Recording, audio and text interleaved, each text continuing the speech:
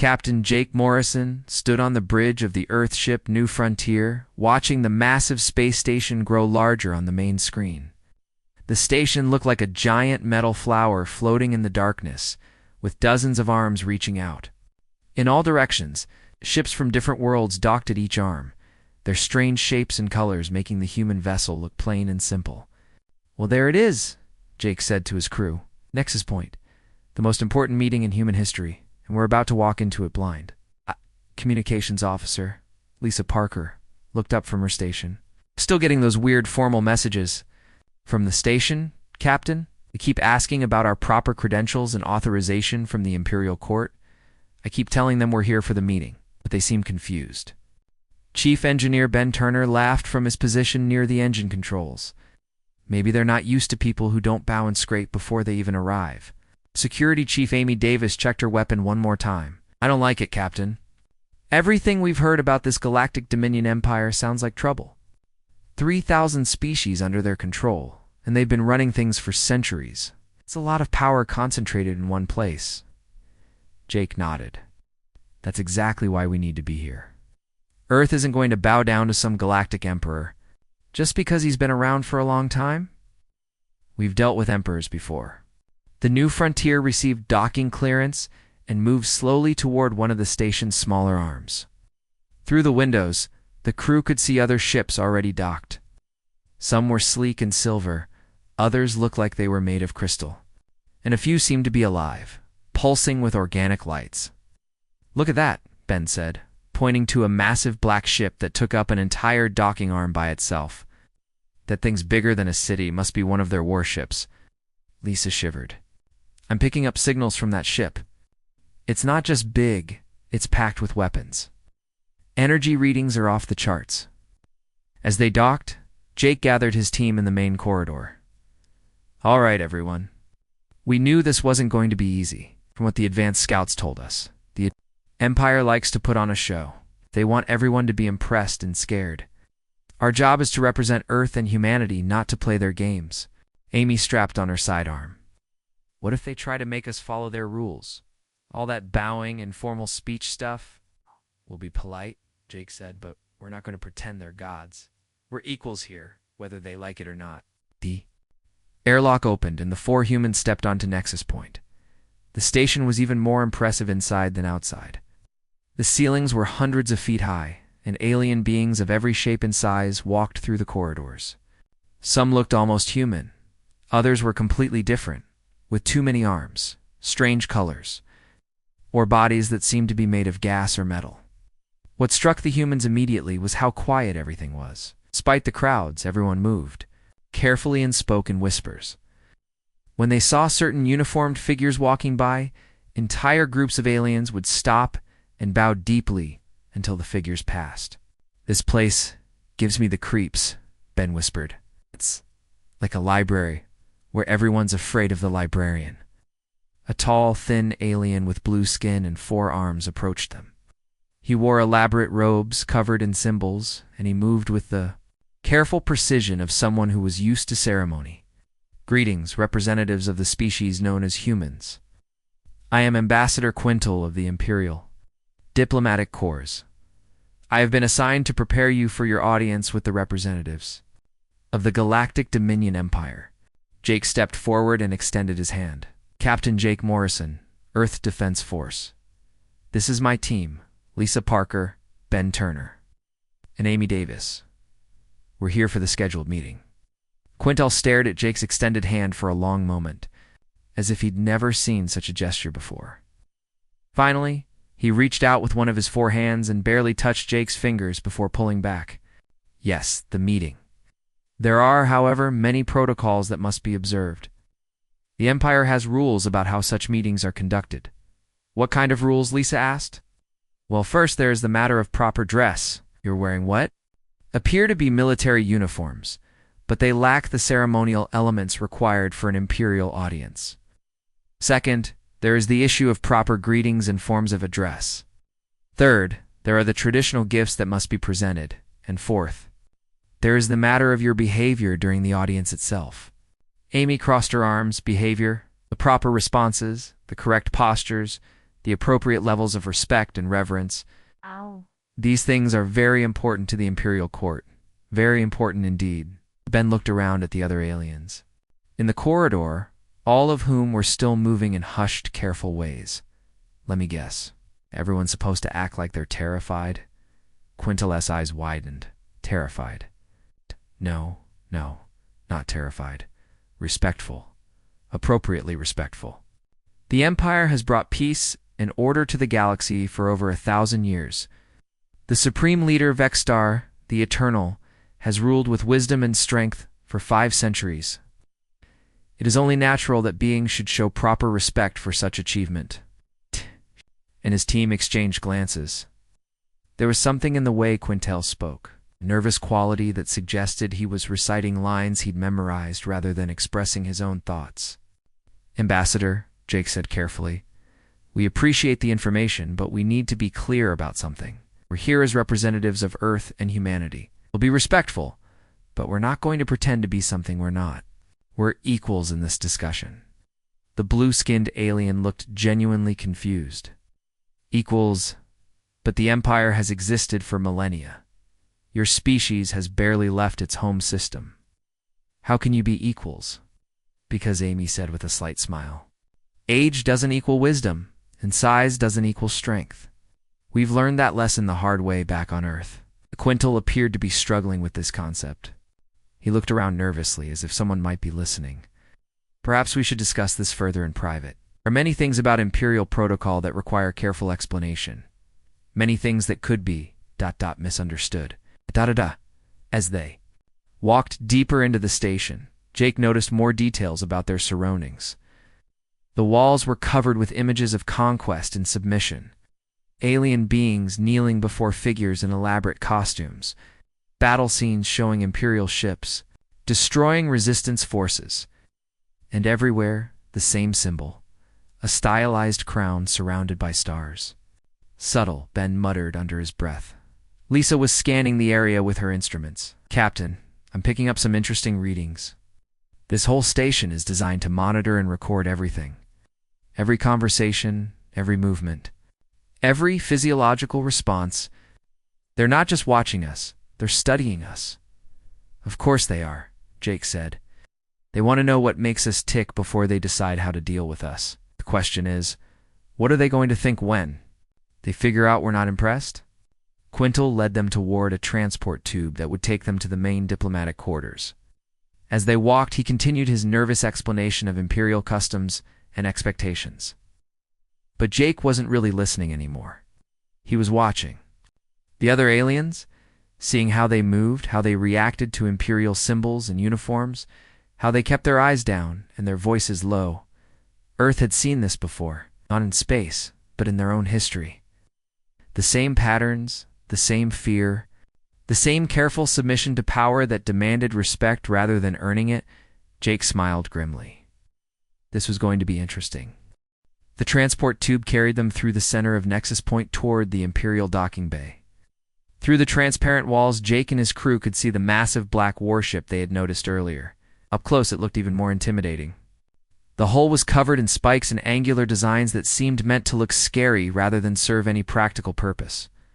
That is the Dominion's will, Ambassador Quintel said with obvious pride. The personal flagship of Supreme Leader Vexstar. Himself, it is the most powerful vessel in the known galaxy. Over 50 miles long, with weapons that could destroy entire worlds. Ben pressed his face against the transport wall to get a better look. 50 miles? It's not a ship. That's a flying city. How does it even move? The Empire's technology is beyond the understanding of most species, Quintel replied. The Supreme Leader has had centuries to perfect the art of war and conquest. Amy studied the ship's design with a professional eye. It's impressive, but look at those weapon placements. They're all facing outward. This thing is built for attacking planets, not fighting other ships. In a real space battle, a smaller, faster ship could probably dance around it all day. Quintal looked shocked. You would dare to criticize Imperial engineering? Not criticizing, Amy said with a shrug. Just observing. We fought plenty of battles back home. You learn to spot the difference between weapons that work and weapons that just look scary. The transport tube docked at the Imperial ship, and the humans got their first look at the Dominion's will up close. The airlock opened into a corridor that was clearly designed to impress visitors.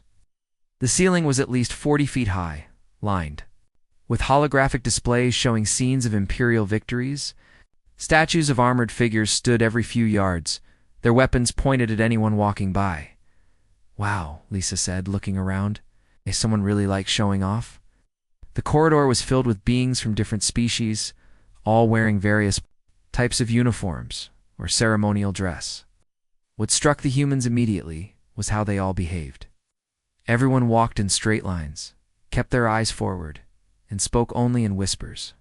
When Imperial officers passed by, entire groups would stop whatever they were doing and bow until the officers were gone. "Is that normal?" Jake asked Quintal, nodding toward a group of aliens who had just prostrated themselves as a uniformed figure walked past, of course. "It is proper respect for Imperial authority. All beings must show appropriate deference to their superiors."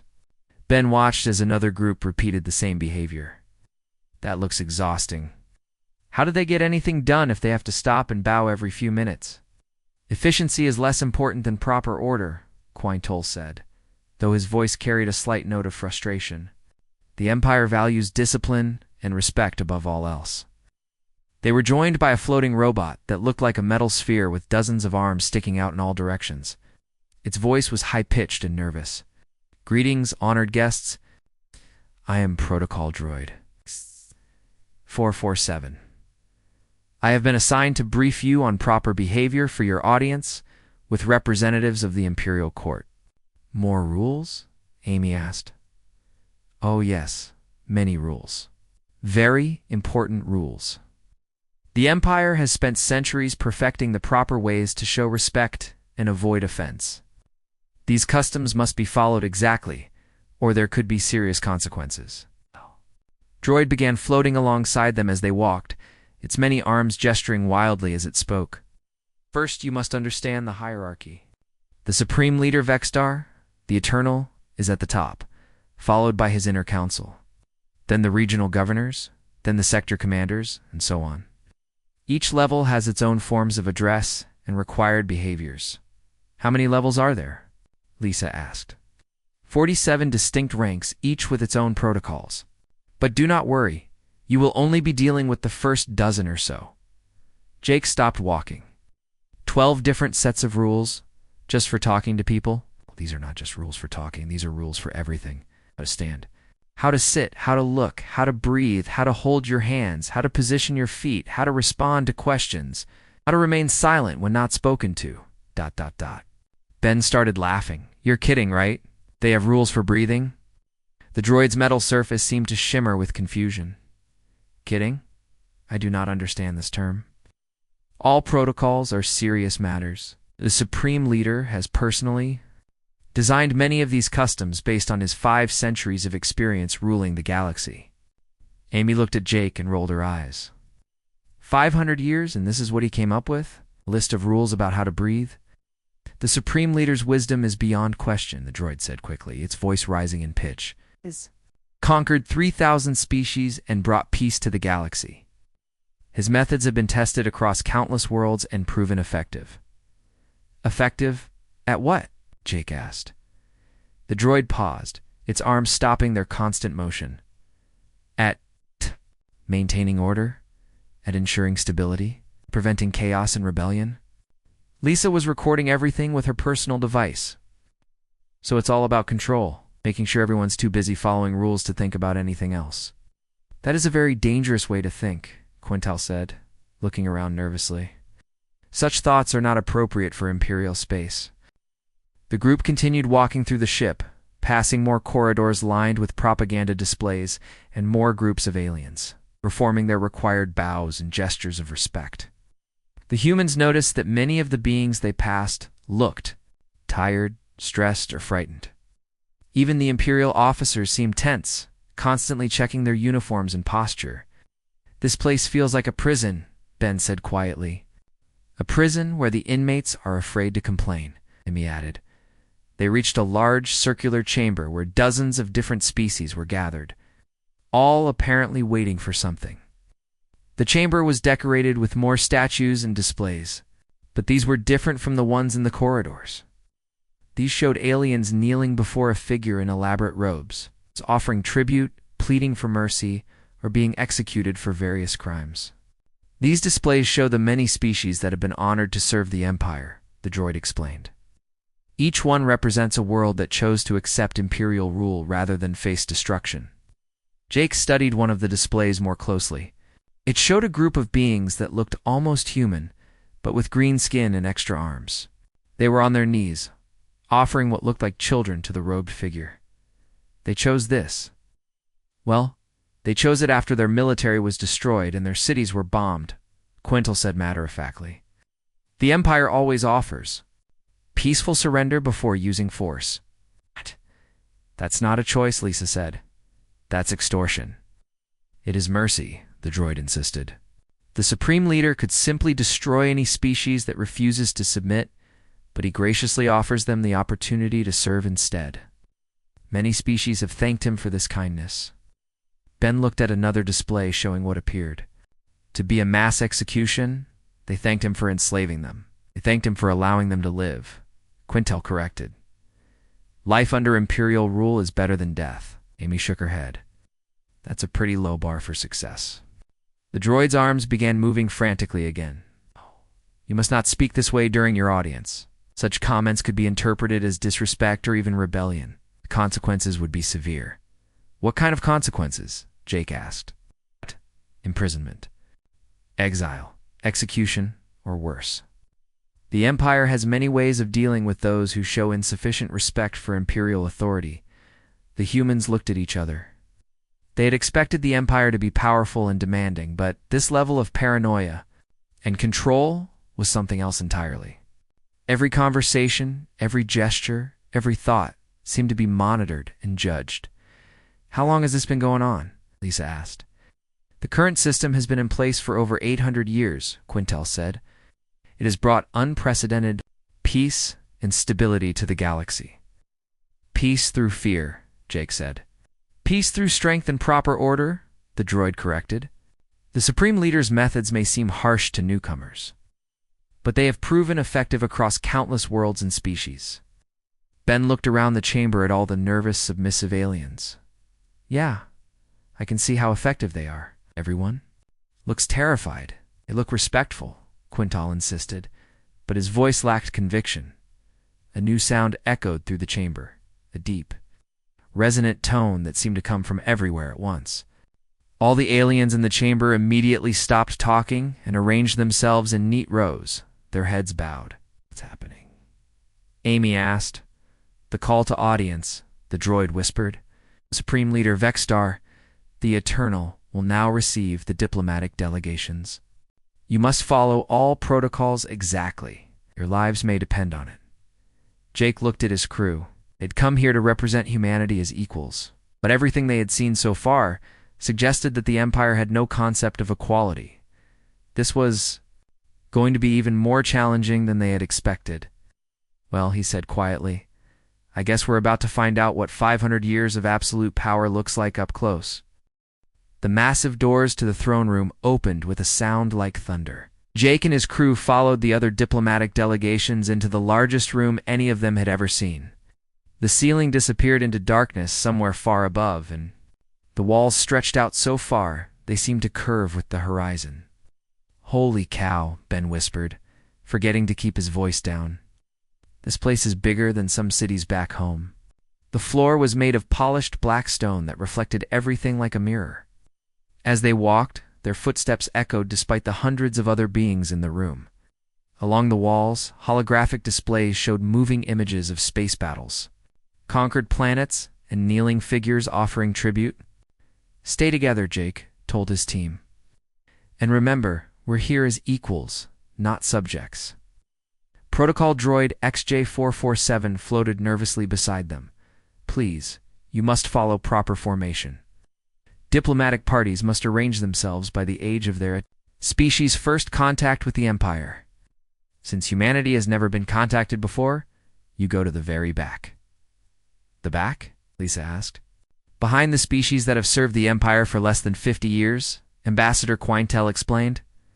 It is the proper order. Amy looked around at the other delegations. Near the front were beings in elaborate robes covered with medals and symbols. Further back, the clothing became simpler and the postures more nervous.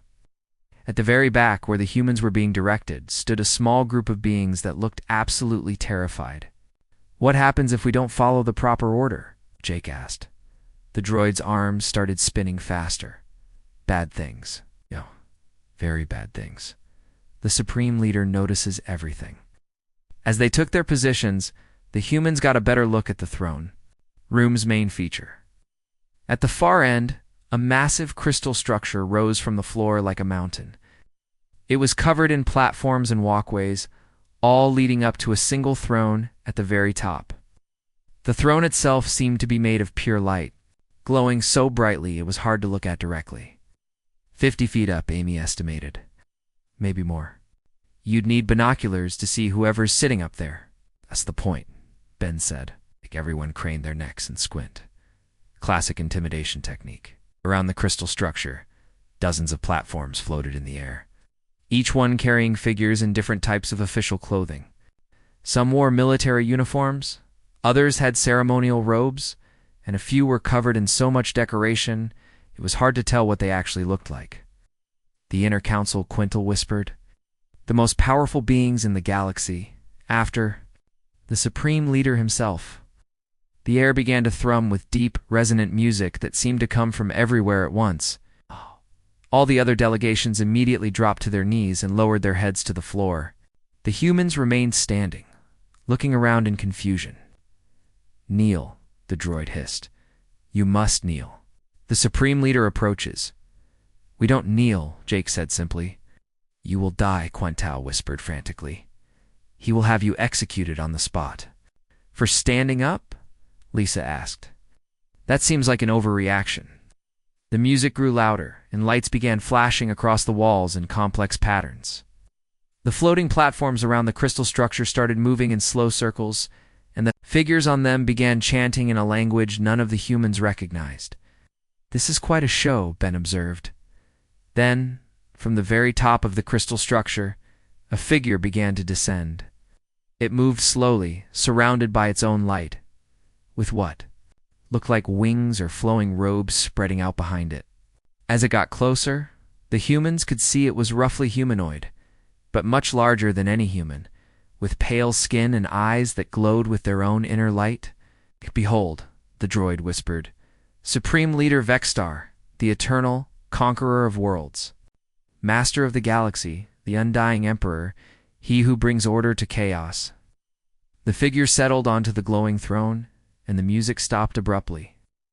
The silence was so complete that the humans could hear their own heartbeats. The room remained frozen in their kneeling positions.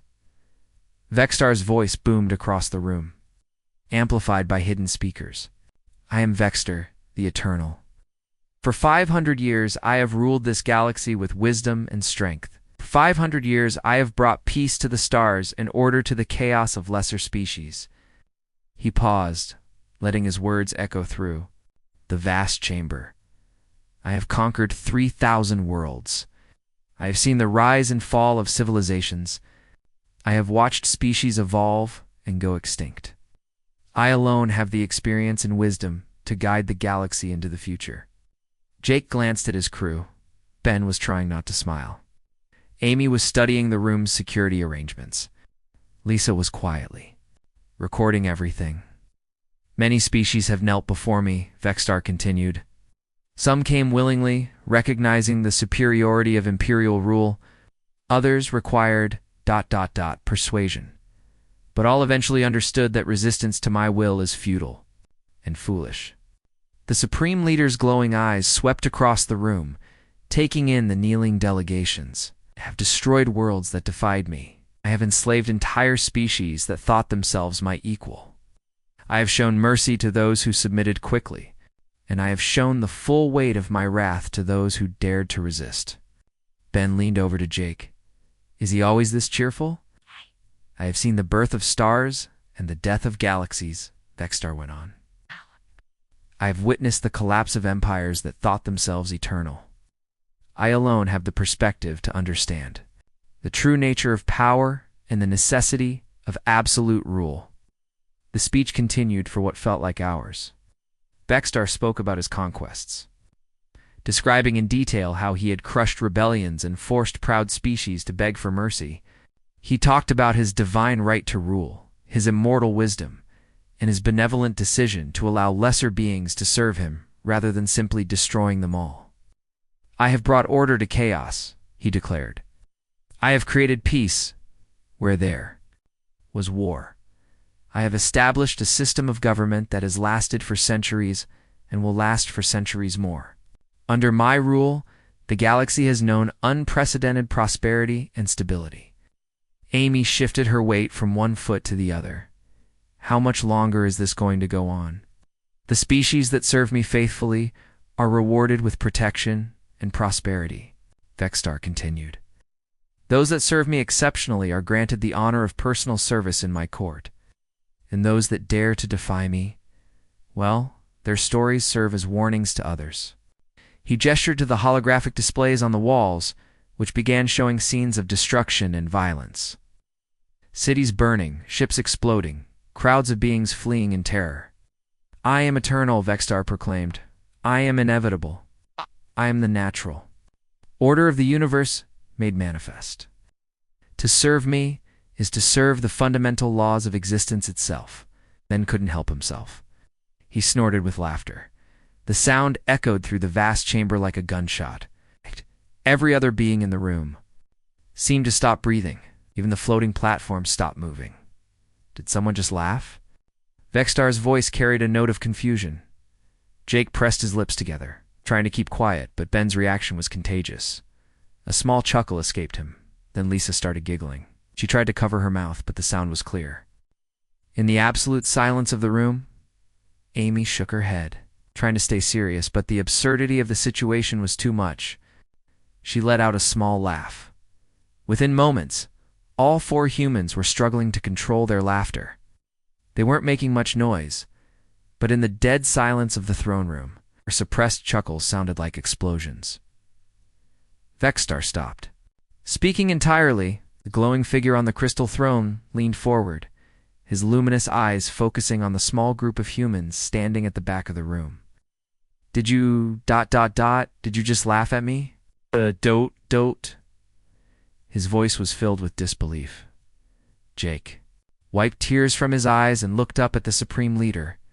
Sorry, it's just... 500 years of experience, and this is the best you came up with? The same old speech about divine right and inevitable rule. The throne room remained absolutely silent. Even the humans' laughter had stopped. For the first time in centuries, someone had interrupted Supreme Leader Vextar, the Eternal, and they were still standing.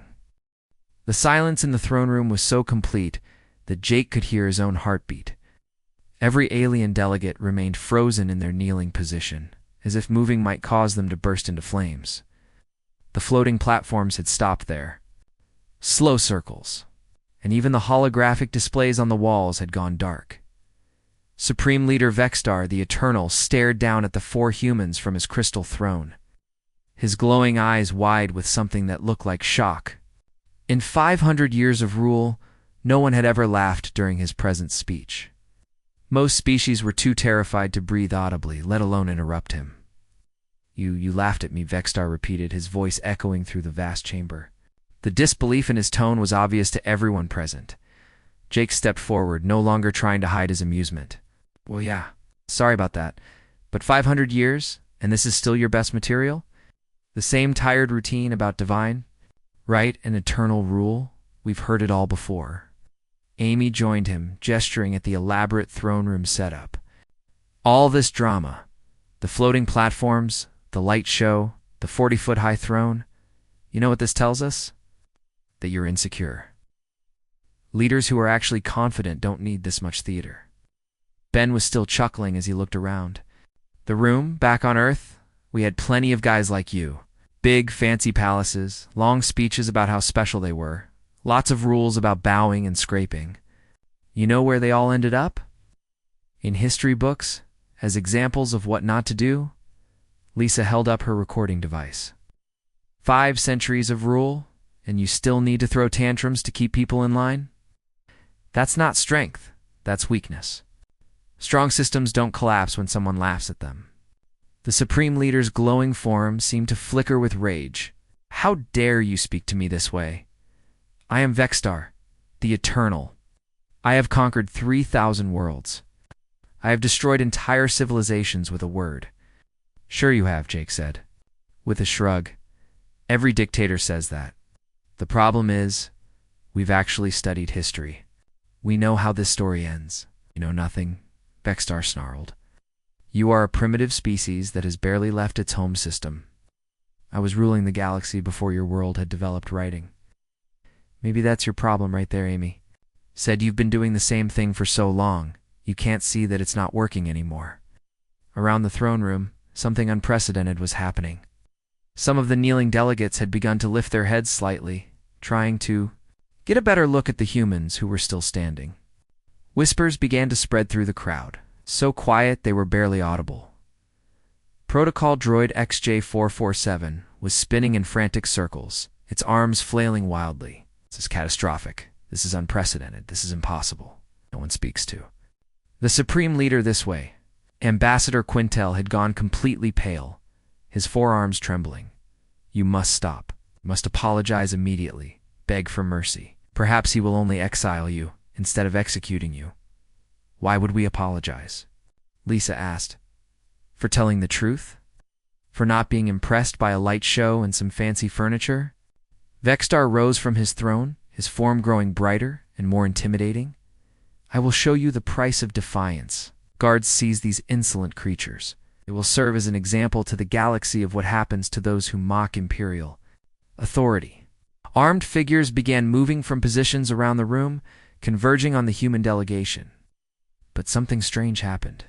Instead of the usual swift, efficient action, the guards moved slowly, almost reluctantly. Some of them kept glancing back at their Supreme Leader with expressions that looked almost questioning. You want to know why we're laughing? Gate called out, his voice carrying clearly through the vast chamber. It's because we've seen your type before. Earth is full of the ruins of empires built by people who thought they were gods. They all had the same speeches, Ben added. The same threats, the same golden thrones, the same claims about being eternal and inevitable. And they're all dust now, Amy finished. Every single one of them. Because it turns out that people who rule through fear eventually run out of people willing to be afraid. Lisa looked directly at the approaching guards. How many of you actually believe this? How many of you think he's really a god? How many of you are just following orders? Because you're scared of what happens if you don't. The guards stopped moving. Several of them looked at each other uncertainly.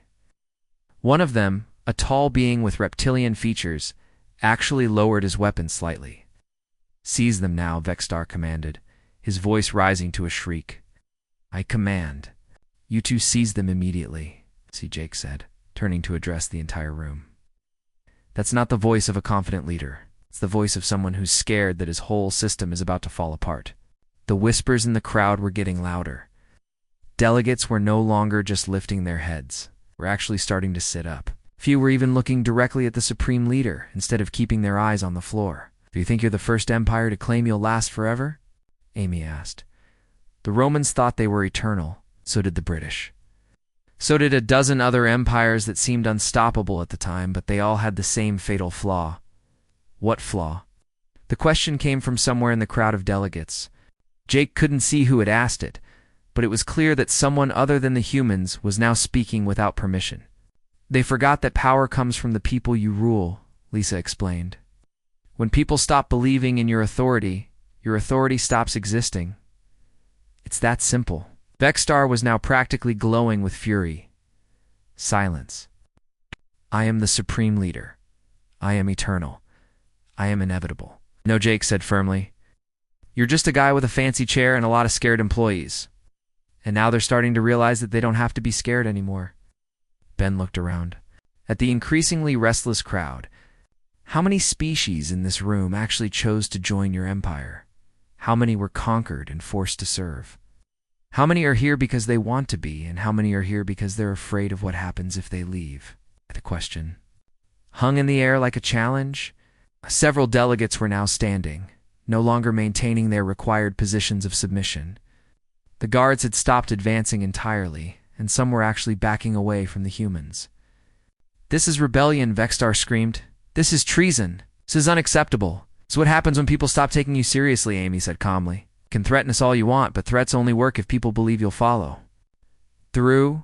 And how are you going to punish 3,000 species if they all decide to stop following orders at the same time? One of the floating platforms suddenly moved out of its assigned position. The figure on it, wearing elaborate military decorations, spoke in a voice that carried across the room. "The humans raise interesting questions, Supreme Leader. Questions that perhaps deserve answers. Commander Zixtal," Vexstar snarled. "Return to your position immediately." "Why?" the commander asked. "What happens if I don't?" "You'll have me executed. You'll destroy my home world. You've been making those same threats for centuries. Maybe it's time to find out if you can actually follow through on all of them at once." More platforms began moving out of position. More voices began speaking without permission. The carefully orchestrated ceremony was dissolving into chaos, and at the center of it all, 4 humans stood calmly, watching 500 years of absolute authority crumble under the weight of simple questions. "You want to know the real difference between us and you?" Jake asked, looking up at the increasingly frantic Supreme Leader. "We learned something from our history.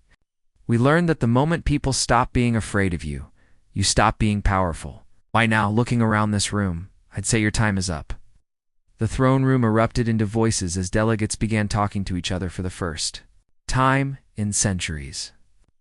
The great empire that had ruled through fear and intimidation was discovering what happened when fear was replaced by laughter, and at the center of it all, Supreme Leader Vexstar, the Eternal, sat alone on his crystal throne, watching his authority dissolve like smoke in the wind. The throne room had become a scene of controlled chaos. Delegates who had spent decades in silent submission were now talking openly to each other. The floating platforms that carried the inner council members were no longer moving in their careful patterns, and several had descended to floor level so their occupants could join the growing discussions. Supreme Leader Vexstar, the Eternal, sat motionless on his crystal throne, watching his carefully constructed empire begin to unravel before his eyes. His glowing form had dimmed noticeably, and for the first time in centuries, he looked uncertain. "Enough," he finally roared, his voice amplified through the chamber's speakers. "This ends now. Guards, arrest these humans immediately. Execute them as traitors to the Imperial Order." Ow. But the guards didn't move. They stood in small groups, talking quietly among themselves, their weapons lowered. One of them, the reptilian being who had hesitated earlier, stepped forward and removed his helmet. "Supreme Leader," he said, his voice carrying clearly through the room, "I have served in your armies for 40 years. I've conquered worlds in your name and enforced your will across the galaxy. But these humans ask a good question. Why do we serve you?" Vexstar's eyes flared with renewed light. "Because I am your superior. Because I am eternal. Because I have the divine right to rule." "But who decided that?" another guard asked, also removing her helmet. "Who said you had divine right?" "You did." "Who said you were eternal?" "You did." "Who said you were superior?" "Also you." More guards began removing their helmets and setting down their weapons. Across the throne room, delegates were standing up and brushing dust off their knees, many of them standing fully upright for the first time in years. Jake watched the scene unfold with amazement. "I didn't expect it to happen this fast," he said to his crew. "Fear is like that," Amy replied. "It seems really strong until someone shows it's just an illusion. Then it falls apart all at once." Lisa was still recording everything. The interesting thing is, he's not actually doing anything to stop this. He's just sitting there making threats, because that's all he knows how to do, Ben said. He's been ruling through fear for so long he never learned how to actually lead people. Ambassador Quintal appeared beside them, looking confused and frightened. "I don't understand what's happening." "This is not how things work. The Empire has rules. There are protocols. There is order. There's a new order now," Jake told him gently. "One where people get to choose for themselves instead of being told what to do." One of the inner council members, a tall woman in elaborate robes, had descended from her platform and was now standing in the center of the room. Supreme Leader. She called out, "Perhaps it is time to consider that the humans have a point. The galaxy has changed in 500 years. Perhaps our methods should change as well." Counselor Dexar. Vexstar snarled, "You forget your place. You serve at my pleasure. You exist because I allow it." "Do I?" she asked calmly. "Or do you exist because we allow it? Who maintains your ships? Who enforces your laws? Who collects your taxes? Who fights your wars? You've been sitting on that throne for so long, you've forgotten that power comes from the bottom up, not the top down." More council members were joining her on the floor. The carefully maintained hierarchy that had ruled the galaxy for centuries was dissolving as people began to talk to each other as equals rather than as superiors and subjects. "This is rebellion," Vexter screamed. "This is treason. I will destroy every world that participates in this madness." "With what army, Commander?" Zixtal asked. Had left his platform and was now standing with his fellow military officers. "The soldiers are down here talking with us. The ship crews are questioning their orders. The administrators are asking why they're following your commands instead of the will of the people they're supposed to serve." Jake looked up at the increasingly isolated figure on the crystal throne. "You want to know why we laughed? It's because we've been through this before. Every empire thinks it's different, thinks it's special, thinks it will last forever. But they all end the same way." "How?" The question came from someone in the crowd. "They end when people stop believing in them," Lisa explained. "When people realize that the Emperor really doesn't have any clothes, that all the power and authority was just an agreement everyone made to pretend it was real." Amy gestured around the room. "Look around. How many of you actually believed he was a god? How many of you thought he really deserved to rule over you? How many of you were just going along with it because everyone else was?" The murmur of conversation grew louder as delegates began admitting to each other that they had never really believed in the Supreme Leader's divine authority. Many confessed they had only followed the rules because they were afraid of being the only ones to break them. "The thing about fear-based systems," Ben said, "is that they're really fragile.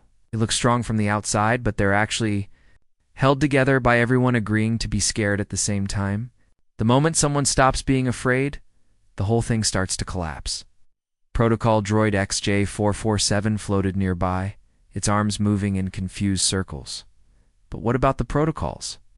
What about the proper procedures? What about the chain of command? What about them?" Jake asked. "Who decided those protocols were necessary? Wrote those procedures? Who created that chain of command? People did. And if people made those rules, people can change them." Vexstar was now standing on his throne, his glowing form flickering with rage and desperation. "I am eternal. I am inevitable. I am the natural order of the universe." "No," said Counselor Dexora. "You're just a person who convinced everyone else to let you make all the decisions." "But we're taking that permission back. You cannot do this," Vexstar shouted. "I have ruled for 500 years. I've brought peace to the galaxy. You brought fear to the galaxy," Commander Zixtal corrected. "There's a difference. Peace is what we're going to have now that we're not all afraid of you anymore." The conversation in the throne room was becoming more organized. Different species were introducing themselves to each other as equals for the first time in centuries. Military commanders were discussing how to maintain security without oppression. Administrators were talking about governing by consent rather than force. Jake watched it all with a mixture of pride and amazement. "We should probably get out of here," he told his crew. "They've got a lot of work to do, and they don't need us looking over their shoulders." "What about him?" Amy asked, nodding toward Vexstar, who was still ranting from his throne about divine right and eternal rule. "What about him?" Lisa said. "Look around. Nobody's listening anymore. He can sit up there and talk to himself for as long as he wants. Without people willing to follow his orders, he's just a guy in a fancy chair." As they walked toward the exit, Jake could hear Vexstar's voice growing more shrill and desperate. "You will regret this. You will beg for my return. You will see that only I can maintain order in the galaxy." But his words were drowned out by the sound of 3,000 species talking to each other as free beings for the first time in centuries. Outside the throne room, Ambassador Quintel caught up with them. "What happens now?" he asked. "What do we do without the Empire?" Jake smiled. You figure it out together. You talk to each other. You make decisions as equals. You build something better than what you had before. But what if we make mistakes? Then you fix them, Amy said. That's what free people do. They make mistakes. They learn from them, and they do better next time. As the humans walked back toward their ship, they could hear the sounds of celebration beginning to echo through the corridors. Word was spreading through the fleet that the Supreme Leader's authority had collapsed, that the age of fear was over, that a new era of freedom had begun. Ben laughed. Well, that went better than expected. Sometimes, Jake said, all it takes is someone willing to point out that the Emperor has no clothes. Or in this case, that the god is just a guy with a really big chair. Behind them, the Galactic Dominion Empire was learning what it meant to be free, and in throne rooms across the galaxy, other would-be emperors were about to discover that laughter could be the most powerful weapon of all.